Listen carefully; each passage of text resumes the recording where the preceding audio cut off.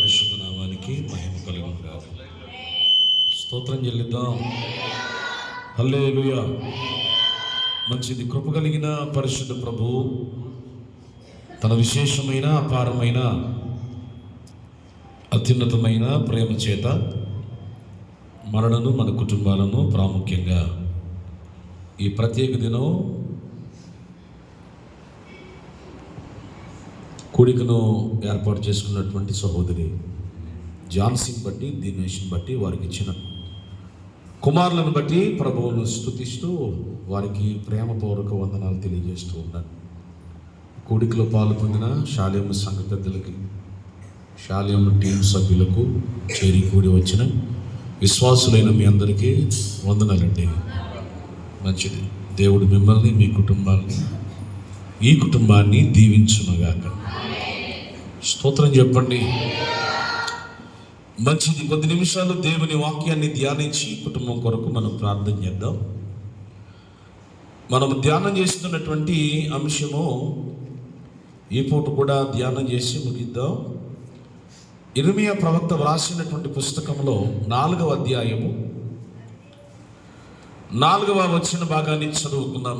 అవిధేయులై ఉండటం మానుకొని మీ దుష్టక్రియలను బట్టి ఎవడనూ ఆర్పివేయలేనంతగా నా ఉగ్రత అగ్ని వలె కాల్చకుండానట్లు యోధా వారలారా, యెరూషలేము నివాసులారా, యెహోవాకు చదవబడిన ఈ వచ్చిన భాగాన్ని కూడి చేరిన మనందరి వినికిడిలో ప్రభువు దీవించి మనతో ఈ రాత్రి కూడా ప్రభువు మాట్లాడునుగా. దేవునికి స్తోత్రం చెల్లిద్దాం. ప్రియులారా, ఈ కడవరి దినాలలో ప్రభువు రాకడ సూచనలని కూడా నెరవేర్పులోనికి వస్తున్నటువంటి భయంకరమైన సంఘటనలు బయట జరుగుతున్నాయి. ప్రాముఖ్యంగా చెప్పాలంటే 3వ ప్రపంచ యుద్ధము సమీపించేసిందా అన్నట్టుగా బయట పరిస్థితులు ఉన్నాయి. మత్తయి సువార్త 24వ అధ్యాయము 25 అధ్యాయాలలో ప్రభు యొక్క రాకడ సూచనలకు సంబంధించినటువంటి విశేషమైన సంఘటనలు యేసుక్రీస్తు ప్రభువారు తనను వెంబడించినటువంటి శిష్యులకు తెలియజేసినటువంటి విషయాన్ని మనం ఎరుగుదాం. ఆ 2 అధ్యాయాలను ఇప్పటికే చదివిన వారికి విషయాలు అర్థమవుతాయి. ఒకవేళ మీరు చదవకపోతే ఇళ్ళకి వెళ్ళిన తర్వాత చదువుకోండి. 24, 25, 26 అధ్యాయాలు యేసుక్రీస్తు ప్రభువారి శిష్యులు అడిగారు, అయ్యా మీ రాకడను గురించినటువంటి సిద్ధపాటుకు సంబంధించినటువంటి విషయాలలో నీ రాక ఎప్పుడో మాకు తెలియచేయమనగా, ఆ గడి అయినా సమయమైనా నాకు తెలియదు, నన్ను పంపిన వారికి తప్ప నాకు అసలు అవగాహన లేదని ప్రభువు చెప్పి ఆయన ఊరుకోకుండా కొనసాగింపుకు ఒక మాట అన్నారు. ఆ గడియ నాకు తెలియదు, కానీ ఆ రాకడ సంభవించేటప్పుడు కొన్ని సూచనలు, ఆ సూచనలు మీరు గ్రహించినప్పుడు మీరు సిద్ధపడిపోండి.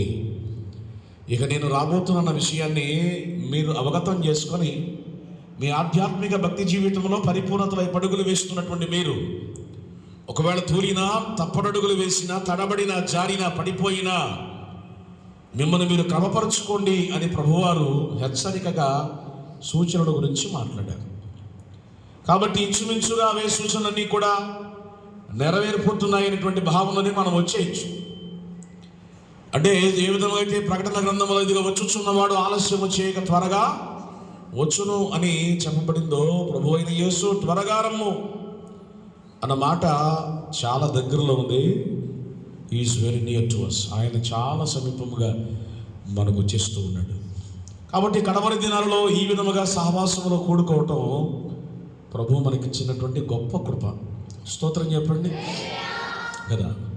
మనుషులు నమ్మదగిన వారా, నమ్మదగని వారా? ఏదో చెప్పండి, పర్లేదు. ఏమిటో వినపట్ల అది. కాబట్టి ఎంతోమంది దిగబడతారని పలహారం తెచ్చింది బిడ్డ కదా. ఇవాళ చాలామంది హ్యాండ్ ఇచ్చారు. కాబట్టి కొంచెం బాధే కదా. ఏర్పాట్లు చేసుకునేటువంటి వారికి, కొంచెం సిద్ధపాటు చేసుకునేటువంటి వారికి ఇబ్బంది కదా. సో కాబట్టి ఎవరు నమ్మకండి, ప్రభుని నమ్మండి. స్తోత్రం చెప్పండి. మంచిది. కాబట్టి ప్రియులారా, ఈ కడవరి దినాలలో ప్రభు వైపు మనము తిరగాలన్న ఉద్దేశంతో ప్రభు మనతో మాట్లాడుతున్నాడు చాలా విశేషమైన విషయాలు.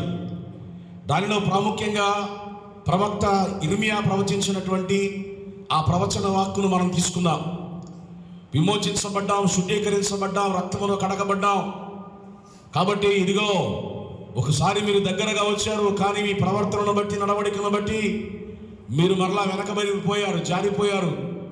కాబట్టి మరలా ఇదిగో మీరు దేవుని ఉగ్రత మీ మీదకు రాకముందే చాలా స్పష్టంగా చెప్తున్నాడు అక్కడ ఇర్మియా ప్రవక్త. దేవుని ఆత్మచేత ప్రేరేపించబడిన దేవుడే మాట్లాడుతూ ఉన్నాడు. ఏమని? ఇదిగో అవిధేయులైనట మానుకొని మీ దుష్టక్రియలను బట్టి ఎవడునో ఆర్పివేయనంత అగ్ని, ఆర్పివేయనంతగా నా ఉగ్రత అగ్ని వలె కాల్చకున్నట్లు. యోధావారలారా, యెరూషలేము కాపురస్తులారా, యెహోవాకు లోబడాలి. లోబడే దినాలు ఇవి, అప్పగించుకునే దినాలు ఇవి. పడిపోయిన మనం, జారిపోయిన మనం, దూరంగా జరిగిపోయిన మనం, పరిస్థితులను బట్టి ఒక్కొక్క రంగు, ఒక్కొక్క వేషం వేసిన మనం, మనుషులు బాధ పెట్టారని, ఏమండి పరిస్థితులు బాగాలేదని, కలవరము చెందామని, అనుకున్నది జరగలేదని, ఆశించింది దొరకలేదని, హృదయంలో ఉన్నటువంటి వేదనతో ఆ బీరు షాపుల దగ్గరికి వెళ్ళి తాగి తందనాలనే పరిస్థితుల్లో ఉన్నారు కొంతమంది. లోకంలోని పరిస్థితుల చేత మరలు కొల్పబడిన వారై ధనవ్యామోహంలో పడిపోయి దేవుని సన్నిధిని మాత్రము లెక్క చేయక ధనవ్యామోహంలో పడి ధనం మీద ప్రేమతో దూరం అయిపోయారు కొంతమంది. ఇంకొంతమంది అసమాధానము చేత, ప్రేమించలేని మనస్సు చేత ఈ కడవరి దినాలలో ఏమాత్రము కూడా ప్రభు ప్రేమకు మాదిరికరమైనటువంటి జీవితాలు జీవించలేక మనుషుల మీద రాగభావ ద్వేషాలు పెట్టుకుని, పగలు పెట్టుకుని, కక్షలు పెట్టుకొని ప్రార్థనా జీవితంలో కోల్పోయారు చాలా మంది. ఎవరో నాకేదో చేయలేదని అలిగేసి, ఎవరో నాకేదో ఎవరిదైనటువంటి భావనతో మనుషుల మీద పంతాలు పెంచుకొని దూరం అయిపోతున్నారు చాలా మంది.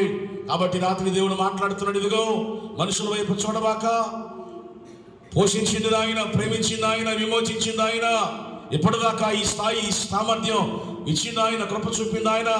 కాబట్టి ఇదిగో ఒకవేళ పడిపోయినా, తూలిపోయినా, జారిపోయినా, నష్టపోయినా, నీ జీవితంలో ఏదైనా ఇవ్వగలిగిన, చేయగలిగిన, చెందగలిగిన, స్థిరపరచగలిగిన, గణపరచగలిగినటువంటి దేవుడు ఆయన గనక మనుషుల వైపు చూడక, ఎక్కడ పడిపోయావో, ఎక్కడ తూలిపోయావో, ఎక్కడ జారిపోయావో, ఏ స్థితిలో నీవు ఉన్నావో నిన్ను నీవు సరిదిద్దుకొని క్షమాపణతో, సిద్ధభావముతో, ఆ యొక్క మనస్సాక్షిలో ఉన్నటువంటి గద్దింపును కలిగి మరలా దేవుని దగ్గరకు నీవు రాగలిగితే, ఇదిగో ఆర్పివేయనంతగా అగ్ని మీ మీదకు వచ్చి మిమ్మల్ని కాల్చకుండా మీరేమవుతారు? సంరక్షించబడతారు. దేవునికి స్తోత్రం, హల్లెలూయా. విచారణ ఏమిటంటే, దేవుడు గుండెల బాదుకొని ఆక్రందన, ఆహాకారాలు చేసిన ఆ దినాలలో యెరూషలేము వారు, ఆ దినాలలో యూదా వారు దేవుని మాట వినలా కనుక్కునే వారిని దేవుడు 70 సంవత్సరములు చెరకు అప్పగించాడు. బబులోను చెరకెళ్ళిపోయారు వాళ్ళు. 3 దఫాలుగా ప్రజలు చెరకు అప్పగించబడిపోయారు. వారు చెరలో వేదన పడ్డారు, చెరలో భయంకరమైనటువంటి శ్రమను అనుభవించారు, చెరలో గల్లంతైపోయారు, చెరలో చెట్టుకొకరు పుట్టకొకరున్నట్లుగా వాళ్ళ బ్రతుకులు అయిపోయాయి.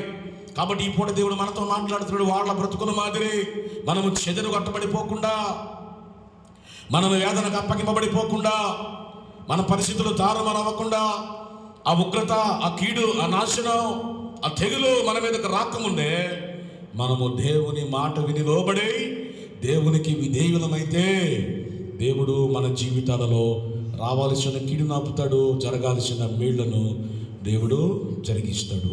స్తోత్రం చెప్పండి. కాబట్టి ఎందుకు విధేయులుగా జీవించాలి అని అంటే కొన్ని విషయాలు నేర్చుకున్నాం. దానిలో మొదటిది, మనము విధేయులముగా ఉంటే ఆయనే మనకు దేవుడై మనకు క్షేమాన్ని కలగజేస్తాడు. రెండవదిగా, విధేయత వల్ల ఆయన మన పక్షమును ఉంటాడు. 3, విధేయత వల్ల మనము నీతిమంతునముగా తీర్చబడతాం. 4, విధేయత వల్ల భూమి యొక్క మంచి పదార్థములు అనుభవిస్తాం. 5, విధేయత వల్ల రావాల్సిన కీడు రాకుండా మనము తప్పించబడతాం. 6, విధేయత వల్ల, గడిచిన రాత్రి నేర్చుకున్న విధేయత వల్ల మనము హెచ్చింపబడతాం. దావీదు దీన స్థితిని దేవుడు జ్ఞాపకం చేసుకున్నాడు. ఎవంటి గొర్రెల దొడ్డులో ఉన్న దావీదును దేవుని ప్రజలను పరిపాలించి దక్షత కలిగిన ఇశ్రాయేలు మీద దేవుడు రాజుగా అతన్ని అభిషేకించాడు. అతని దీనత్వం, అతని విధేయత దావీదు జీవితంలో ఏం తీసుకొచ్చింది? హెచ్చింపుని తీసుకొచ్చింది. అతడు భౌతిక స్థితి సరిలేకపోయినా, రాజుగా ఉండటానికి తగినటువంటి భౌతిక సంబంధమైన అర్హతలు లేకపోయినా, అతని హృదయాంతరంగములో దీనుడు కనుక, హృదయాంతరంగములో విధేయత కలిగిన వాడు కనుక దేవుడు అతనిని హెచ్చించాడు. దేవునికి స్తోత్రం చెప్పండి. దావీదు ఒక మాట అంటాడు కదా, ఇంతగా నీవు నన్ను హెచ్చించుటకు నేను ఏ పాటి వాడను అంటాడు. కాబట్టి దేవుడు దావీదును హెచ్చించాడు. ఈ పూట ముగింపు అనుకోండి ఈ యొక్క అంశానికి. చదువుతాను చూడండి. 7వదిగా విధేయత వల్ల 7వ మేలు మనం పొందుకునేది ఏమిటంటే, ఫిలిప్పీయులకు పౌలు అపోస్తలుడు రాస్తూ 2వ అధ్యాయము 8, 9, 10, 11 వచనాలు చదువుదాం. ఫిలిప్పీయులకు పౌలు అపోస్తలుడు రాసిన పత్రిక. బైబిల్ ఉన్నవారు తెరిచి చూడండి. బైబిల్ తెచ్చినందుకే కదా. 2వ అధ్యాయం 8 నుంచి చదువుతున్నాను నేను. మరియు ఆయన, నేను చదువుతాను, మీ బైబిల్లో చూడండి. మరియు ఆయన ఆకారమందు మనుషుడుగా కనబడి మరణము పొందునంతగా, అనగా శిలువ మరణము పొందునంతగా విధేయత చూపిన వాడై తన్ను తాను హెచ్చించుకొనెను. అందుచేతను పరలోకమందున్న వారిలో కానీ, భూమి మీద ఉన్న వారిలో కానీ, భూమి క్రిందున్న వారిలో కానీ ప్రతి వాని మోకాలును యేసు నామమున వంగునట్టు ప్రతి వాని నాలుకయు తండ్రి అయిన దేవుని మహిమార్థమై యేసు క్రీస్తు ప్రభువుని ఒప్పుకొనున్నట్లును దేవుడు ఆయనను అధికముగా హెచ్చించి ప్రతి నామమునకు పై నామము ఆయనకు అనుగ్రహించెను. దేవునికి స్తోత్రం చెప్పండి. హల్లెలూయా చెప్పాలి గట్టిగా. ప్రియులారా, చదువుకున్నటువంటి లేఖన భాగములో పౌలు అపోస్తలుడు యేసుక్రీస్తు ప్రభువారి యొక్క మహిమాన్విత్వాన్ని గురించి వివరిస్తూ, మహిమలో ప్రభావములో అత్యున్నతమైన సింహాసనం మీద ఆసీనుడిగా ఉన్న ఆయన అతి ఉన్నతమైనటువంటి స్థితిని, స్థాయిని, సామర్థ్యాన్ని విడిచి ఆకారమందు మనుషునిగా, చెప్పండి, ఆయన ఎట్లా వచ్చాడు ఈ లోకానికి?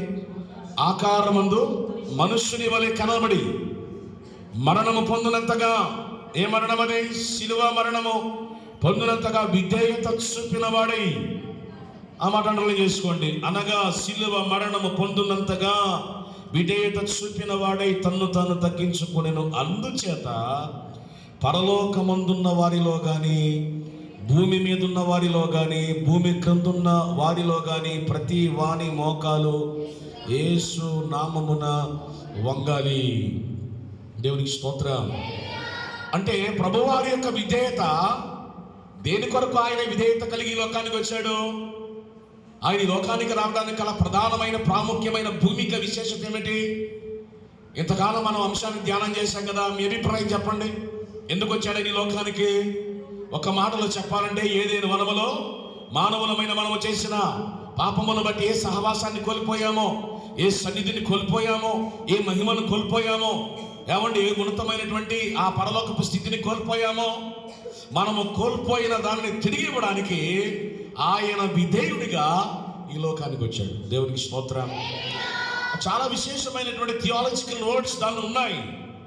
యేసుక్రీస్తు ప్రభువారి యొక్క విధేయత అనంటే పౌలు ఆయన రాకను గురించే మాట్లాడట్లా. ఏమంటున్నాడు ఆయన? ఆకారమందు మనుషునిగా కనబడి అన్నాడు. చెప్పనట్లా? అంటే ఆకారమందు మనుషునిగా కనబడటం అంటే ఏమిటి? అదేమైనా చిన్న విషయం అనుకున్నారా? ఆకారమందు మనుషునిగా కనబడటం అంటే ఏమిటి? ఎవరి గురించి మాట్లాడుతున్నాడు? దేవుని గురించి మాట్లాడుతున్నాడు. ఆయన దైవత్వాన్ని గురించి మాట్లాడుతున్నాడు. అంటే దైవికమైన స్థితిని కలిగిన ఆయన, అనగా కోటి సూర్యుల కాంతిని మించిన తేజస్సు కలిగిన వాడు, మహామహిమలో మహిమాన్వితుడై ప్రకాశమానమైనటువంటి స్థితిలో, సమీపింపరాని తేజస్సులో అమరత్వాన్ని కలిగిన ఆయన ఆకారమందు మనుషునిగా మారటం అంటే చిన్న విషయం కాదు. అని ఇక్కడ విధేయత అని మనం మాట్లాడుకుంటున్నాం. విధేయతలో మొదటి ఏమిటి తెలుసా? మహిమను విడిచిపెట్టడం, పరలోకమును విడిచిపెట్టడం, ఉన్నతమైనటువంటి శక్తిని, సామర్థ్యాన్ని వదులుకోవటం, దూతల ఆరాధనను వదులుకోవటం, ప్రేమించే తండ్రిని కాదనుకుని రావడం. ఆకారమందు మనుషునిగా, ఎట్లాగో మనుషునిగా ఎట్లాగో వచ్చాడు? ఆ పశువుల పాకలో చిన్న బాలుడిగా మారిపోయాడు. దానికి ముందు ఒక తల్లి గర్భములో చెండ పిండముగా మారిపోయాడు. అంటే ఆయన రూపమార్చుకున్నాడు. ఆయన శక్తి సామర్థ్యాలను నిర్వీర్యం చేసుకున్నాడు. తనను తాను తగ్గించుకున్నాడు. రిక్తునిగా అనే మాట ఉంటుంది అక్కడ. రిక్తుడు అంటే అర్థం ఏమిటి? He is emptied himself. ఆయన తను తాను శూన్యపరుచుకున్నాడు. ఎందుకు శూన్యపరుచుకున్నాడు? ఎందుకు మనుషుల రూపాన్ని ధరించాడు? ఎందుకు తల్లి గర్భంలో పిండముగా మారిపోయాడు? ఎందుకు పశువుల పాకలో పుట్టాడు ఆయన? అసలు ఎందుకు ఈ లోకానికి రావాల్సి వచ్చింది? అది కూడా దేనికంటే మరణము పొందినంతగా అన్నాడు. అది మనకు అర్థమవుతుందని మరలా ఉన్నాడు, అనగా శిలువ మరణము పొందినంతగా అన్నాడు. అంటే రూపాన్ని మార్చుకున్న మనుషుని వల్ల మన కొరకు భూమి మీదకి వచ్చిన, చాలా ధ్యాన స్థితిలో దరిద్రుడిగా పుట్టిన, మన కొరకు భూమి మీద పెరిగి పెద్దయి శోధించబడిన,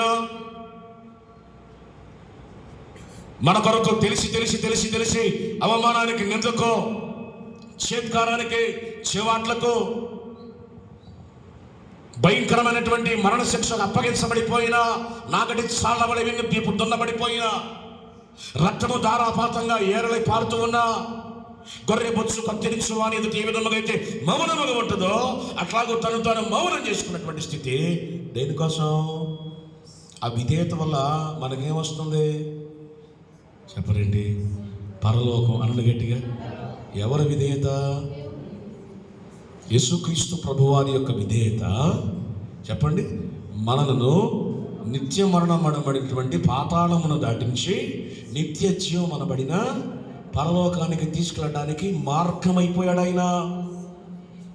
కనుక కొలసి పత్రికలు, గలతీ పత్రికలు ఉంటుంది, మ్రాను మీద వేలాడు ప్రతివాడు శాపగ్రస్తుడు.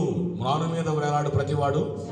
అది అంటే యేసుక్రీస్తు వారు పాపము కాదు, ఆయన మన కొరకు పాపముగా మార్చబడ్డాడు. ఆయన మన కొరకు ఎట్లా మార్చబడ్డాడు? పాపముగా మార్చబడ్డాడు. అంటే మన పాపములను ఆయన మోశాడు. ఆయన తల మీద మన మానవుల యొక్క సమస్త పాపములు మోపబడ్డాయి. కనుక ఆయన శాపగ్రస్తునిగా మార్చబడ్డాడు, పాపముగా మార్చబడ్డాడు. కారణం మనలను పరలోకవాసుల్ని చేయడానికి ఆయన విధేయుడిగా ఈ లోకానికి వచ్చాడు. అంటే ఆయన విధేయత సరిపోతుందా? ఆయన విధేయత వల్ల మనకు పాపక్షమాపణ వచ్చింది, కానీ ఇక్కడ నీ విధేయత కూడా పనిచేయాలిగా. నా మాటలు నీకు అర్థమవుతున్నాయా? ఏమిటో నాకు వినపట్ల. స్తోత్రం చెప్పండి. ఇక్కడ విధేయత మనం చూడాల్సింది ఆయన విధేయత మాత్రమే కాదు, ఇక్కడ నీ విధేయత ఏమిటి? ఆయన సిద్ధపరిచిన రక్షణ పట్ల నీ విధేయత ఏమిటి? ఆ రక్షణ ఒకవేళ నువ్వు ప్రవేశించిన నీవు రక్షణను ఎంత నిలకడకున్నావు? ఎన్ని ముచ్చట్లు ఉన్నాయి నీకు రక్షణలో? ఎన్ని అనుభవాలు ఉన్నాయి? ఆధ్యాత్మిక విజయ సోపానాల పరంపర ఏమిటి? అసలు ఏమి సాధించావు నీ భక్తి జీవితంలో? రక్షించబడ్డానండి, ప్రభు చేత విమోచించబడ్డానండి, ఏమిటి ప్రయోజనం? ఏది నువ్వు పొందుకున్న ఒక అనుభవం చెప్పి ఇక్కడ ఆధ్యాత్మికంగా నువ్వు సాధించిన విషయాలు ఏమిటి? భౌతికంగా చాలా విషయాలు ఉన్నాయి. 2-3 పిల్లలు సంపాదించుకున్నానండి, వాళ్ళు నా అంత ఎదిగి పెద్ద అయిపోయారండి, ఇక రేపో మాపో కడతానండి, వాళ్ళకు కూడా మెడలో గుడ్డోలు, భౌతిక సంబంధమైన ఉన్నాయి, చాలా ఉన్నాయి. కొన్నానండి, కట్టానండి, చేశానండి, ఇచ్చానండి, తిప్పుతున్నానండి, ఉన్నాయి భౌతికంగా. మరి ఆధ్యాత్మిక విజయ సోపానాలు వాటి సంగతి ఏమిటి? ఏమి సాధించావు? ఎంతమందిని విమోచించగలిగావు? ఎంతమందికి మాదిరికరంగా జీవించగలిగావు? ఎంతమంది వెలుగులోనికి లాగగలిగావు? ఎంతమంది పాతాళంలో నీ కళ్ళ ముందు ఎంతమంది పోతున్నారు? నీ రక్త సంబంధం ఎంతమంది పోతున్నారు? నీ ఇంట్లో వారు ఎంతమంది పోతున్నారు? నీ స్నేహితులు ఎంతమంది వెళ్ళిపోతున్నారు? నీ కళ్ళ ముందు చూస్తున్నావు కదా. నీలో భారం ఏది? రక్షణ నిజంగా స్థిరపరచబడిన వాడు ఒక వ్యక్తి నశించిపోతుంటే ఎప్పటికీ కూడా ఆత్మలో పశ్చాత్తాపడతాడు, దుఃఖపడతాడయ్యా, ఇలాంటి వారి కోసం నేనేమీ చేయలేకపోతున్నాను, నేను మూగవాడిని అయిపోయాను, నీ కొరకు నిలబడగలిగినటువంటి ధైర్యం నాకు లేదు, ఇది కూడా ఒక బ్రతికేన ఆధ్యాత్మికంగా అని సిగ్గుపడాలి. నా మాటలు అర్థమవుతున్నాయా? ఏమిటో వినపట్ల. స్తోత్రం చెప్పండి. మన జలుబు వచ్చిన కాడి నుంచి 2 చెవులు దెబ్బలు వేసినాయి. అందుకు నేను ఎంత సౌండ్ పెట్టినా నాకు తెలియట్లా.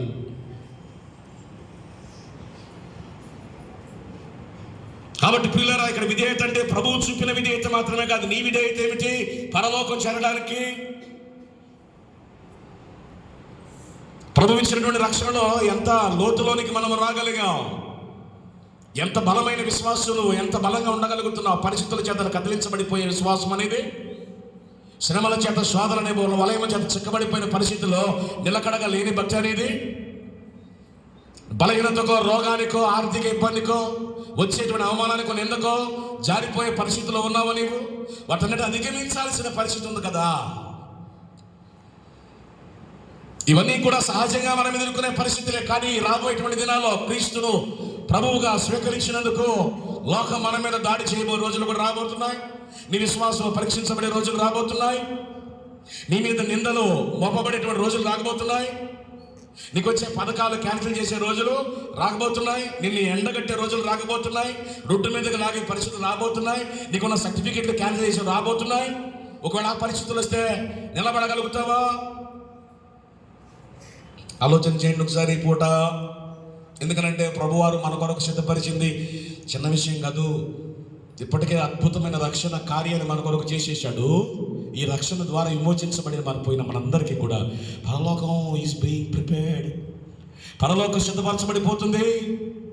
ప్రభు సిద్ధపరిచేటువంటి శ్రేష్టమైన స్వాస్యం సిద్ధపడిపోతుంది.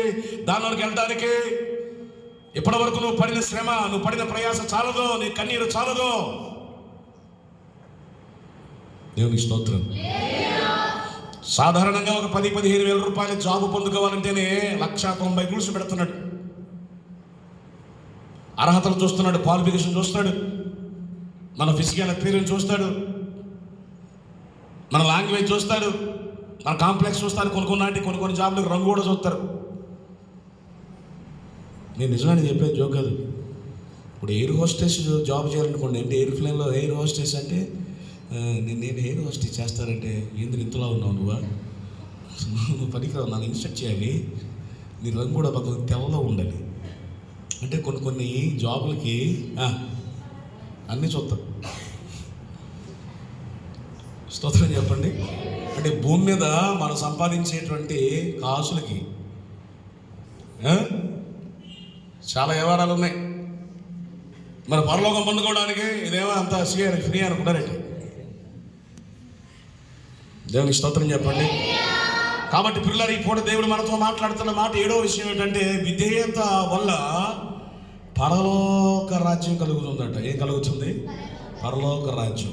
అది చాలా విషయాలు లోతుగా మాట్లాడితే ఉన్నాయి, బాధించే విషయాలు ఉన్నాయి. కానీ ఎందుకులే మరి బాధపడే పరిస్థితులు లేవు. ఓకే, కాబట్టి 2 భక్తులను జ్ఞాపకం చేస్తా.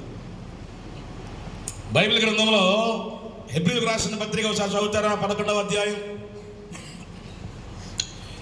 8, 9, 10, 11 చదవండి. 11వ అధ్యాయం 8వ వచనం నుంచి అబ్రహాము పిలువబడినప్పుడు విశ్వాసమును బట్టి ఆ పిలుపునకు లోబడి తాను స్వాస్యముగా పొందనై ఉన్న ప్రదేశమునకు బయలు వెళ్ళెను. మరియు ఎక్కడికి వెళ్ళవలెనో అది ఎరుగక బయలు వెళ్ళెను. విశ్వాసమును బట్టి అతనితో ఆ వాగ్దానమునకు సమాన వారసులైన ఇస్సాకు, యాకోబు అను వారును ఎక్కడ గుడారములో నివసించుచు అన్యుల దేశములలో ఉన్నట్టుగా వాగ్దత్త దేశములో పరవాసులైరి. ఏలయనగా దేవుడు, అది మనకు కావలసిన మాట. ఏలయనగా దేవుడు దేనికి శిల్పియో నిర్మాణకుడై ఉన్నాడో పునాదులు గల ఆ పట్టణము కొరకు అబ్రహాము ఎదురు చూచుచుండెను. విశ్వాసమును బట్టి శారాయు వాగ్దానము చేసిన వాడు నమ్మదగిన వాడు ఎంచుకొనెను గనుక తాను వయస్సు గతించిన దైనను గర్భము ధరించుటకు శక్తి పొందెను. ఏమిటి అసలు చరిత్ర? లోతుగా మాట్లాడితే ఇంత పెద్ద సందేశం వచ్చింది అక్కడ. సూటిగా శృతి లేకుండా చెప్పాలంటే అబ్రహామును దేవుడు పిలిచినప్పుడు విస్తారమైన ధన సమృద్ధి కలిగిన వాడే, విస్తారమైన మంద సమృద్ధి కలిగిన వాడే. ఇక్కడ ఆశ్చర్యం ఏంటో తెలుసా? అక్కడ రాయబడిన మాట ఏంటో తెలుసా? దేవుడు ద్వారా అతను పిలుపు పొందుకున్నప్పుడు ఎక్కడికి వెళ్ళవలెనో అది ఎరుగక బయలు వెళ్ళిననుంది. అక్కడ దేవుడు వెళ్ళమన్నాడు, కానీ ఎక్కడికి వెళ్ళాలో చెప్పలా. కానీ ఏం చేశాడు? ఎరుగకయే బయలు వెళ్ళాడు. దేనికి? ఇంకా ఏదో ఇస్తాడైనా. అబ్రహాం వాస్తవంగా ఆశీర్వాదం అనుకుంటే ఆశీర్వాదం కుప్పలు తెప్పలుగా పడిపోయిన మందలు ఉన్నాయి. ఇక్కడ ఆశీర్వాదం అవసరం అబ్రహాముకి. విస్తారమైన మందలు ఉన్నాయి. అప్పటికి ఇంచుమించుగా తన ఇంట్లో యుద్ధ విద్య నేర్చుకున్నటువంటి గొప్ప యోధులు ఉన్నారు, పనివారు ఉన్నారు, దాసదాసీలు ఉన్నారు. Is almost like a king. ఆయన ఒక రాజు వలె ఉన్నాడు. కానీ దేవుని పిలుపు, దేవుని ఉన్నతమైన కృప, దేవుని ప్రణాళిక ప్రారంభంలోని అబ్రహాముకు అర్థమైపోయాయి. కనుకనే అబ్రహాముకు విశ్వాసులకు తండ్రి అయ్యాడు. స్వాస్యమని దేవుడు మాట్లాడాడు, కానీ కేవలం అబ్రహాముకు దేవుడు స్వాస్యం అంటే భౌతిక సంబంధమైన భూమిని మాత్రమే చూడలేదు. కానీ అక్కడ రాయబడిన మాట ఏమిటి తెలుసా? దేవుడు దేనికి శిల్పియు నిర్మాణకుడై ఉన్నాడో, పునాదులు కలిగిన ఆ పట్టణం. ఏ పట్టణం? దేవుడు దేనికి శిల్పి నిర్మాణకుడు? దేవుడు శిల్పి నిర్మాణకుడు అంటే, ప్రభా నాకు ఇల్లు కట్టి పెడతావా? ప్రభా నీ స్టైల్లో, నీ వెర్షన్లో. పునాదులు కలిగిన పట్టణం అన్నాడు. ఇక్కడ పునాదులు కదిలిపోయే పరిస్థితులు ఉన్నాయి. అంటే పునాదులు కలిగిన పట్టణము ఇక్కడ లేదు. అంటే దేవుడు దేనికి శిల్పియో నిర్మాణకుడు. దేని గురించి మాట్లాడుతున్నాడు అక్కడ? Go very deep in to the words. ఆ వచనము లోతులోని కడితే అబ్రహాము మాట్లాడేది దేవుడు సిద్ధపరిచిన పరసంబంధమైన స్వాస్థ్యాన్ని గురించి మాట్లాడుతున్నాడు. విశ్వాసముతో వేచి జీవించారట. దేనికోసం? ఆ పట్టణము కొరకు. అంటే ఇక్కడ ధనము లెక్క చేయలా, ఇక్కడ మంద లెక్క చేయలా. కనుక నేను చూడండి, లోతుగా అతనికి సమస్య వచ్చినప్పుడు ఆ మందలను బట్టి కొట్టుకుని చేస్తున్నారని దాని గురించి అబ్రహాము చింతపడలా. ఎందుకంటే అబ్రహాము గురి వేరు, అబ్రహాము ఆలోచన వేరు, అబ్రహాము ధ్యాస వేరు, అబ్రహాము సంగతి వేరు, అబ్రహాముకు దేవుడు చేసిన నిబంధన వేరు. కానీ అప్పటి నుంచే దేవుడు శిల్పియు నిర్మాణకుడని, ఆయన ఒక పునాదులు కలిగిన పట్టణమును ఆయన రూపించుస్తున్నాడన్న సంగతి అబ్రహాము గుర్తించగలిగాడు. దాని కొరకే బతికాడు. స్తోత్రం చెప్పండి. అంటే అర్థం ఏమిటి? అబ్రహాము ఒక భౌతిక సంబంధమైన, భూ సంబంధమైన వనరుల మీద, పునాదులు కలిగినటువంటి భౌతిక భూ సంబంధమైనటువంటి కట్టడాల మీద అబ్రహాముకు వాంఛ లేదు. గుడారంలో బతికాడు. ఎక్కడ బతికాడు?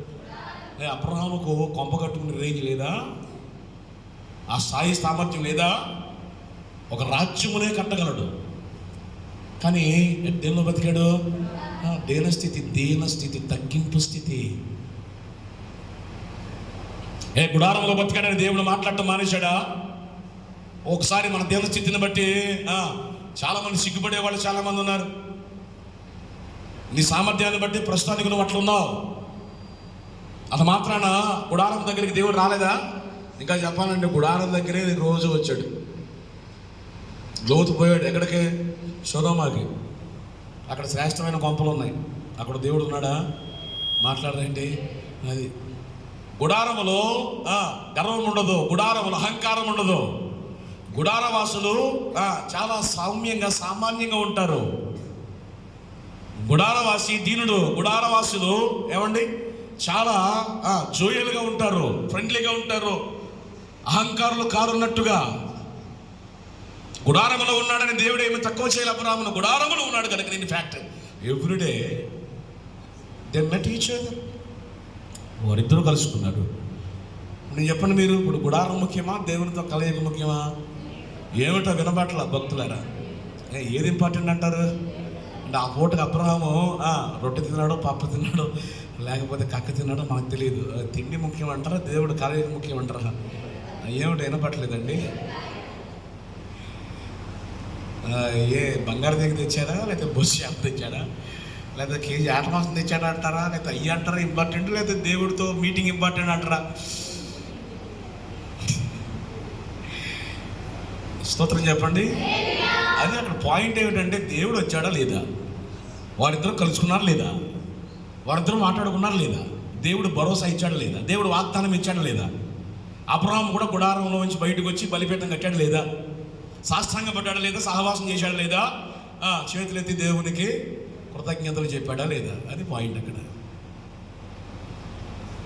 ఎందుకంటే అబ్రహాముకు ఇవి సహజమైన వాటి మీద లేదు.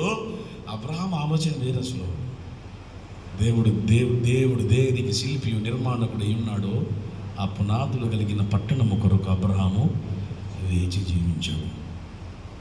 ఇన్ఫ్యాక్ట్ ఆ పట్టణము కొరకే దేవుడు తనకిచ్చిన స్వాస్యమును రైసేసి అడిపించాడు. అబ్రహామును, ఇస్సాకు నుంచి యాకోబు నుంచి 12 గోత్రాలు. వీళ్ళందరూ ఎవరో దేవుని ప్రజలు.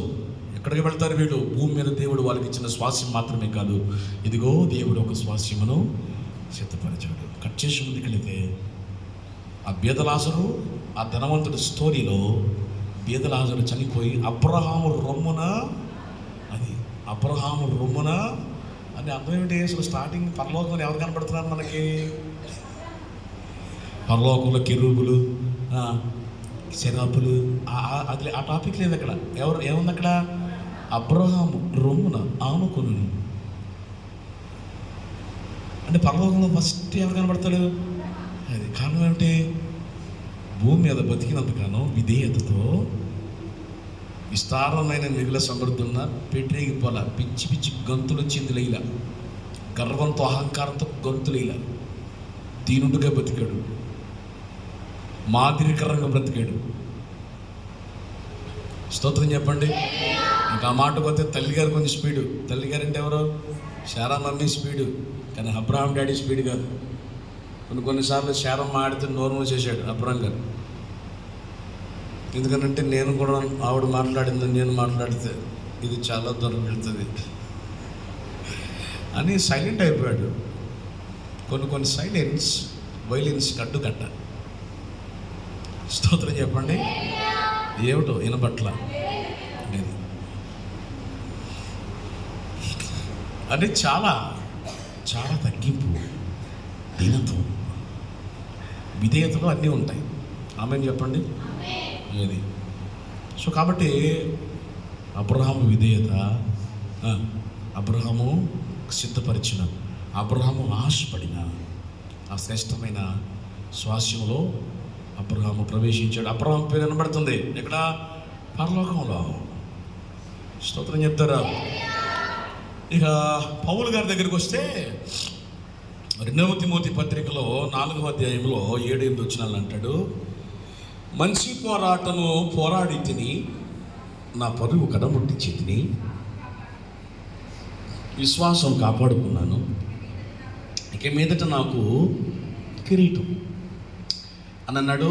నాకు మాత్రమే కాదు, తన ప్రత్యక్షతను అపేక్షించే వారందరికీ కూడా అనుగ్రహించను. దేని గురించి మాట్లాడుతున్నాడు?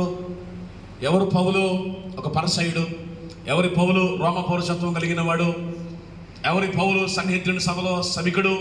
ఎవరి పౌలు? భూమి మీద బ్రతికినప్పుడు 16,000 కోట్ల రూపాయల ఆస్తి కలిగిన వాడు.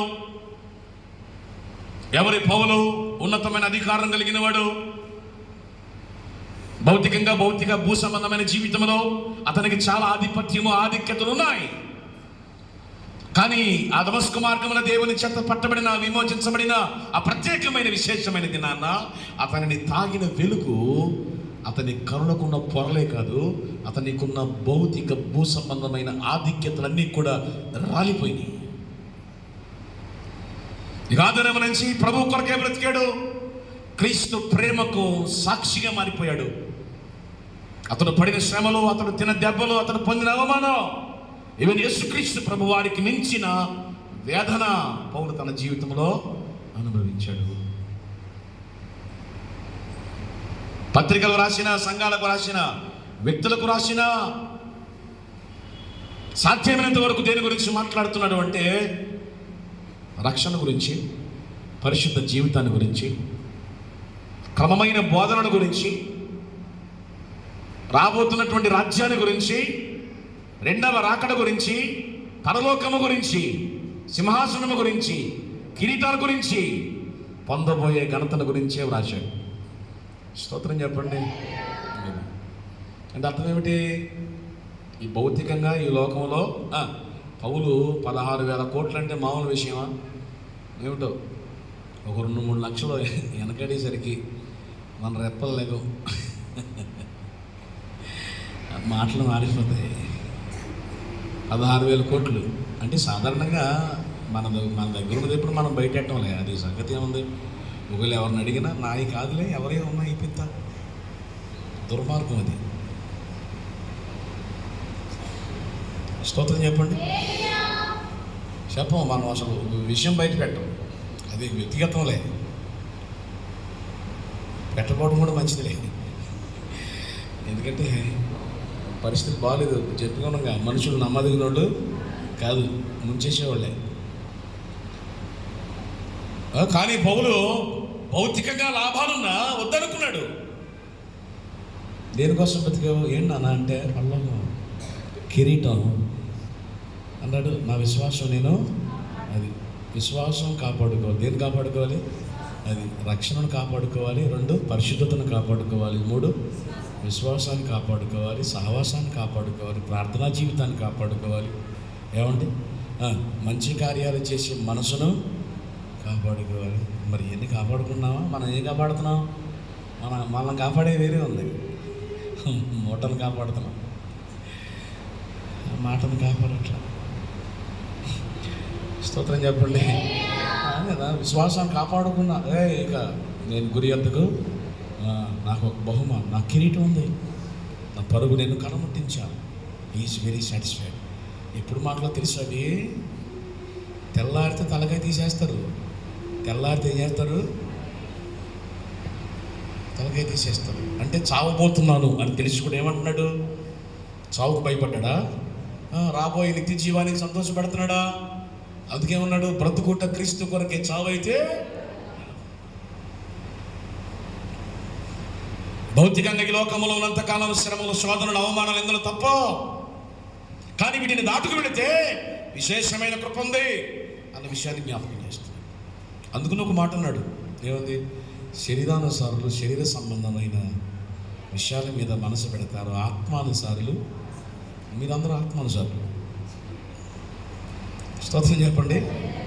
చేతులకి చెప్పచ్చుగా, మిమ్మల్ని పొగిడే ఆత్మానుసారులు అన్న. అందుకైనా మీకు సంతోషంతో స్తోత్రం చెప్పాలి గట్టిగా. ఆమె చెప్పండి, హల్లెలూయా. అది అంటే ఏమిటి ఈ పూట భజన అంటే? ఇదిగో, నీ విధేయత నీకు పరలోకాన్ని తీసుకురాగలదు. నీ విధేయత నిన్ను పరలోకం తీసుకెళ్ళదు. అందుకనే పౌలు అన్ని ఆధిక్యతలున్న ప్రక్కన పెట్టి దేవునికి, దేవుని వాక్కుకు, దేవుడు తన ద్వారా సిద్ధపరిచిన సంఘాలకు, తన ద్వారా రైజ్ చేయబడిన వ్యక్తులకు దీనునిగా బ్రతికాడు. అహంకారం లేదు, గర్వం లేదు, అతిశయం లేదు. కారణం ఏమిటంటే ఇవన్నీ ఇక్కడ చూపిస్తే అక్కడ మనకి సీటు ఉండదు. సో అక్కడ ప్లేస్ కావాలంటే ఇక్కడ చచ్చిపోయి బతకాలి. చచ్చిపోయి బతకడం అంటే ఏంటి? మాట్లాడండి, కోడిన వంగే మా ఇద్దరు కోడి నిన్నే అంటున్నారు, కానీ మా ఇద్దరు ప్రభా నన్ను కాదు నాయన, నేను అసలు ఏం వినలేదు ప్రభా.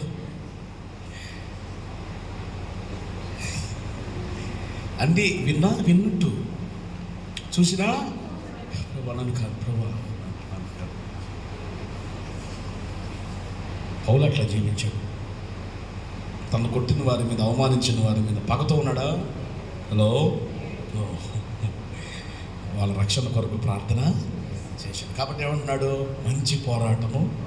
మరి మన పోరాటాలే ఏమిటి? పోరాటం, మన పోరాటం ఏంటి? కోటానికి వచ్చే వరకు టైంతో పోరాటం కదా. వచ్చిన తర్వాత నిద్రతో పోరాటం, ఇంటికి వెళ్ళిన తర్వాత భర్తతో పోరాటం, భార్యతో పోరాటం, పిల్లలతో పోరాటం, కొంతమంది మిషన్లతో పోరాటం, కొంతమంది ఏమో ఫోన్లతో పోరాటం, కొంతమంది టీవీలతో పోరాటం. స్తోత్రం చెప్పండి, నేను గట్టిగా చెప్పాలి. కానీ పౌలు పోరాటం ఆ పోరాటం కాదు. దేవుని స్తోత్రం. పౌలైనా అబ్రహాం అయినా వారు భూమి మీద బ్రతికింది ఎక్కడ చేరుకోవడానికి? అది. సో అక్కడ చేరుకోవడానికి మనకేం కావాలి? విధేయత. అనండి ఒకసారి. ఆ విధేయత మనం కలిగి ఉంటే దేవుడు మనకేమిస్తాడు? పరలోకంలో తనతో ఉండగలిగిన కృప మనకిస్తాడు. కాబట్టి ఈ ప్రత్యేకమైన దినాల్లో దేవుడు విధేయత గురించి మనతో మాట్లాడుతూ. సో దేనికి విధేయత? 1 దేవునికి, 2 సేవకునికి, 3 వాక్యానికి, 4 సహవాసానికి, 5 సహవాసంలో ఉన్న వ్యక్తులకు, 6 లోకములో విమోచించబడవలసిన అన్యులకు మనం ఎట్లుండాలి? విధేయులుగా ఉండాలి. సో ఆ విధేయత మనలో పనిచేస్తే దేవుడు మన జీవితాలు ఇన్ని కార్యాలు చేస్తాడు. మోకరించండి, ప్రార్థన చేసుకున్నాం. దేవుడి రాత్రి మనతో మాట్లాడిన మాటను బట్టి ప్రభువా, ఇర్మియా కాలంలో మీరు మీ ప్రజలతో మీరు మాట్లాడిన మాటలు